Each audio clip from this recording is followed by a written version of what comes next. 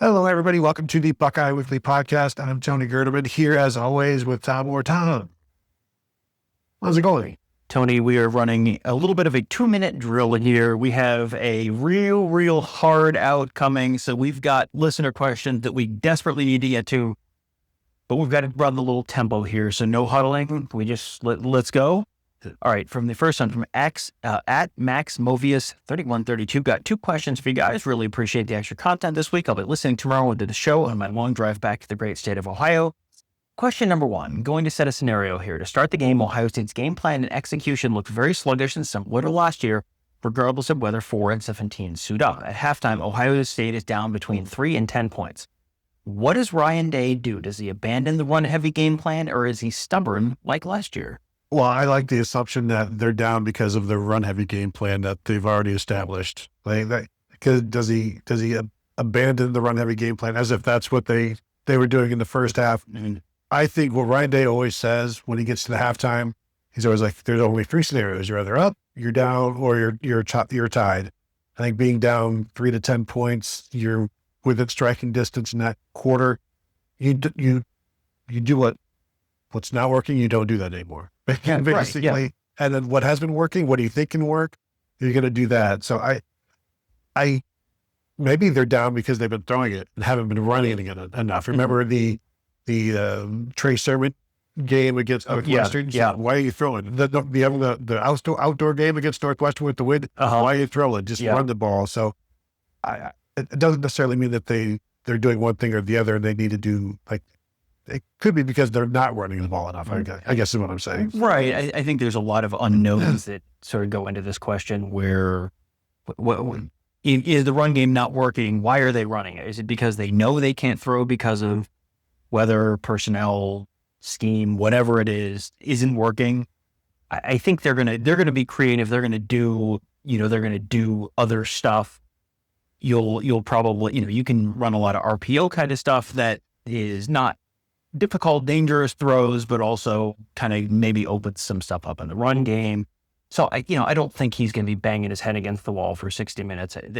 There's sort of this presumption that that's what they did last year, and they threw the ball 38 times and ran it 33 to 26. 33 to 26 last year. Yeah. So they threw the ball more than they ran it last year, and that's the game that everyone sort of has it in their head that they ran it 50 times and threw it 6. It's like, It was not 1976 last year, so no, not exactly like that. Question number 2, would expect the turnout for Buckeye fans in Ann Arbor to be. Making my first trip to the big house this year. Hope to see plenty of red in Section 9. I'm guessing this is a decent Ohio State turnout, but not an overwhelming one. Usually the years where Ohio State is really rolling and Michigan is really struggling, you get the Michigan fans who, 2019, Michigan fans kind of knew what was going to happen. And so a lot of them sold their tickets, and Ohio State had won. That was the 8th in a row at that point for Ohio State. So Ohio State fans were going up there, knowing what was going to happen. This year you've got I think there's probably a segment of the Ohio State fan base that's saying, I would like to see them win one before I spend all the money to go up there and buy the tickets and all that kind of stuff. So 20% Ohio State fans, 20,000 Ohio State fans, 15,000 Ohio State fans, something like that, which is a great turnout. That's an impressive turnout. And you will, if they're up, don't worry, you will hear the OHI out going around the stadium if they're up by a couple scores in the fourth quarter. But I don't think it's going to be 30% or anything like that. I was going to say 10 because 5 gets allotted to them, and then you've got to go out and get 5 more. Yeah, it's something in that range. And please don't ask me to do the math on it later, because it's like everyone was like, well, how many were there? It's like, I wasn't individually counting people. And I'm not a fire marshal. Yeah, exactly. At Rich Mish 3226 says, if Bryce Underwood and Julian Sands switch teams at the beginning of the season, how do you think each team's record pans out? And how about the stats in each quarterback? Yeah, getting into the stats, when you've got a true freshman quarterback, there's only so much you can do. So the stats are going to be limited. I also think if Bryce Underwood was starting at Ohio State this year, he'd be buoyed by the defense. They would be slow playing things even more than they already are, I think, and they'd be more run heavy and he'd have better weapons to throw to. Yeah. But I think his mechanics would be better. I don't know the stats, 200 yards a game, something like 220, 230. That was Cal McCord, like 230, I think, last year. I don't know that you need Bryce Underwood to do that, but here's the thing. If you don't throw it, you're wasting Jeremiah Smith and Carnell Tate. Right. And at Julian Sayin, we saw kind of him struggle a little bit. He's still completing 75 and 67% of his passes the past 2 weeks without a full wide receiver group.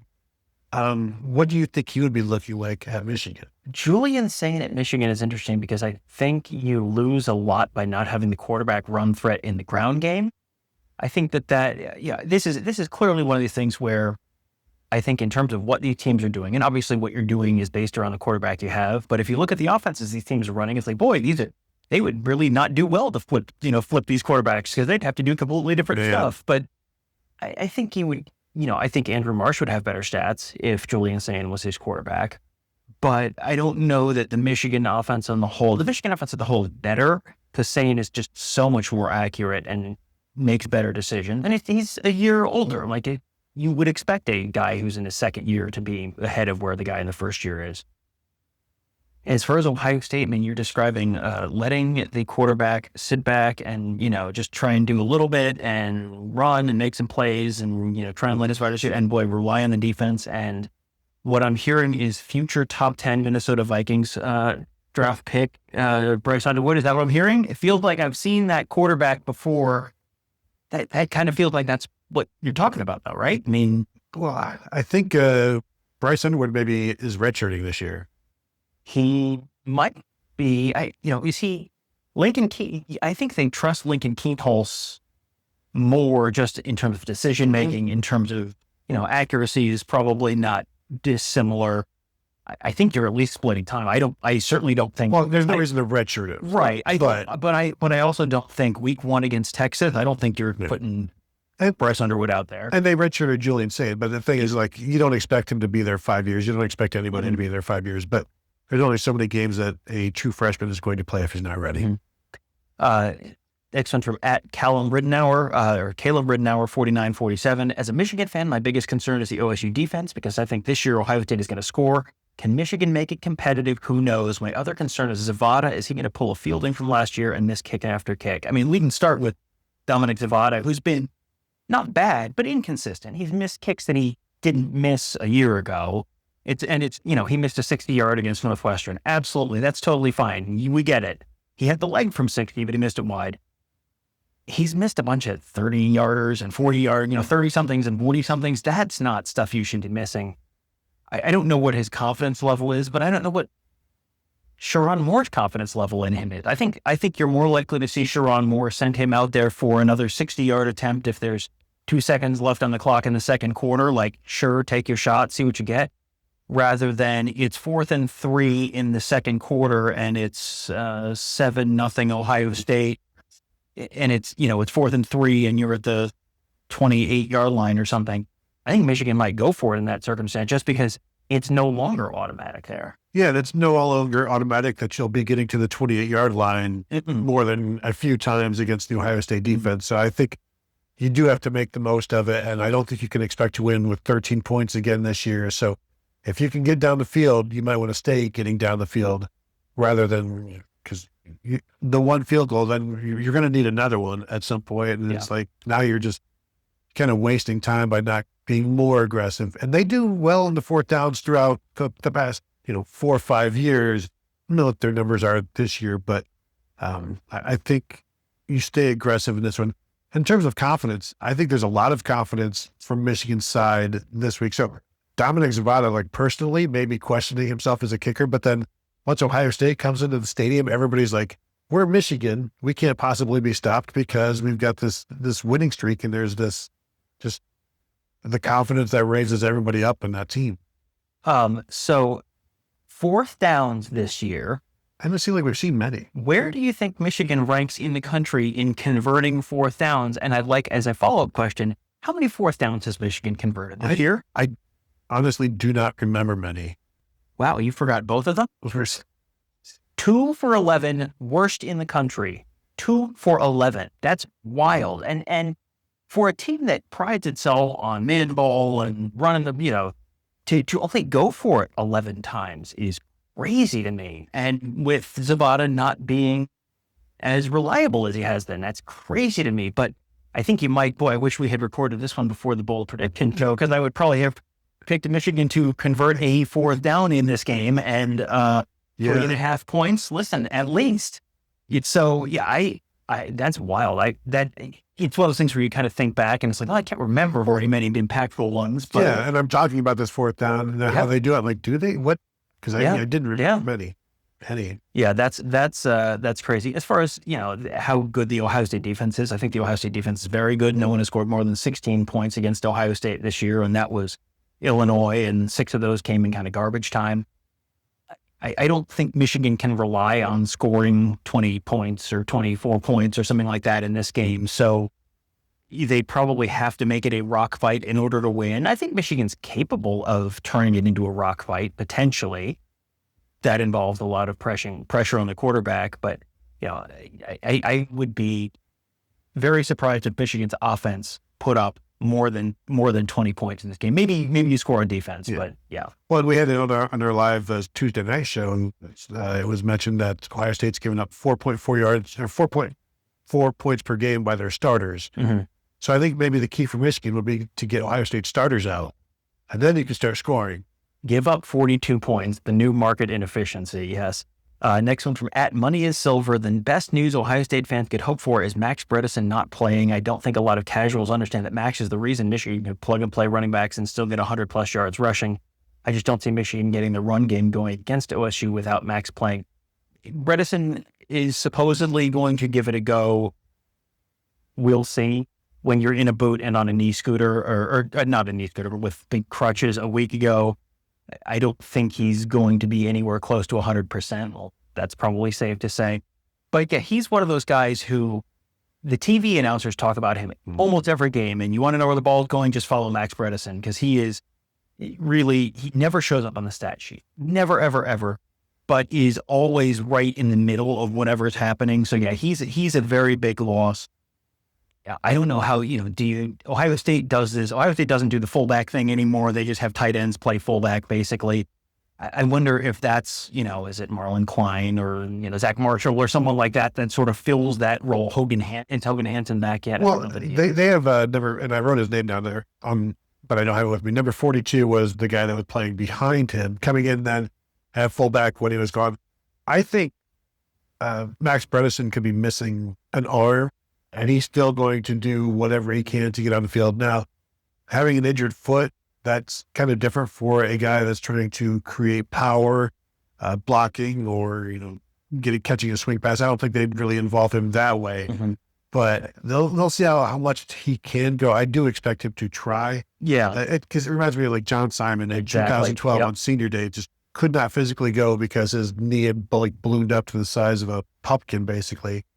Or else, if it had just stayed, the size of a grapefruit, he would have played. But once it got to the different size of gourd, it's like, sorry, you've passed the gourd chart. We can't let you go past this part here. So, yeah, Jalen Hoffman is the number 42. He is a tight end, so that is basically what they would potentially be doing if Bredesen cannot go. Last one from John Hudson, 9203. What is going to happen to your Ohio State football team when Michigan leaves the Big Ten in 2036 because they can't be bought by a sleazy California pension fund? I thought Michigan was leaving the Big Ten because they were mad that Jim Harbaugh got suspended. Did that not happen? I thought they were in the SEC now. No? Well, I heard there were lawyers involved. They were going to sue. Mm-hmm. Maybe after getting a look at the dossier of the Ryan Day situation and his brother and all of that, then perhaps they've decided to wait another, until 2036 and cash budget checks before deciding to go independent, or perhaps ACC. Oh, man. Listen, it would make the Big 12 even bigger. That's right. Yeah, and just to be clear, we are on Team Michigan on that one. That is, at least I won't speak for Tony, but I will say that deal to me never made a whole lot of sense for like the Ohio States of the world. With like, yeah, you get more money, but now you're tethered to Rutgers and Purdue for 20 years. And how sure are you about the future of the sport of college football? Because I would not make any lock myself into 20 years kind of bets right now, no matter how much I'm getting paid. Because boy, you look back 20 years and a lot has changed, and one of the things that has blown up conferences is, well, you're locked into a big TV deal for a real long time. The ACC locked until 2036 or so. They're real happy about that. So everything's going great for them. So why would you do that again? That never made sense to me. So hail to Michigan. That's what I'm saying there. And Ohio State wasn't all in on this. They had some issues with it as well. But yeah, I think if you're concerned about the sport, then maybe you do it because it's a bunch of money. But you don't know where things are going to go, and that's maybe why some would want it. Also, the main reason everybody wants it is to pay off debt and get. If I could just get my bills paid, if I could just get out of this debt, and then just start fresh, I would just be in such good spirits. And that's kind of how the Marylands and the Rutgers and UCLA and all of them, that if they could just have that, and then So people in New Jersey are trying to get some money desperately to pay their bills, and Tony, there are actually people in New Jersey who will do that, who don't require you re-up your it's true grant of rights. It's true. So there you go. We have officially now done with a bunch of listener questions, and we grabbed some of these from the comments and the YouTube video. So we appreciate all of the feedback. I appreciate everybody. I think I saw one comment where they're like, I think I've had my fill of Tom and Tony for a while. Same. So enjoy this one as well. Hit the thumbs up if you would like. We'd appreciate that. The entire spiel. Everybody have a great holiday if you haven't already, or if you have, be safe. And by holiday, I mean the Michigan-Ohio State game. But, and you're saying this like we're not going to be live in Ann Arbor on Friday. Like this is the last recorded show before we leave Columbus for Ann Arbor. But don't worry, there's more content to come on Friday afternoon. Yeah, there it is. So again, hit the bell to be notified, subscribe to the channel, all of that jazz. That way you'll get notified when we're live. We're planning something pretty good on Friday, late afternoon into the early evening. So look forward to that. So thank you all for tuning in, and we will talk to you all later.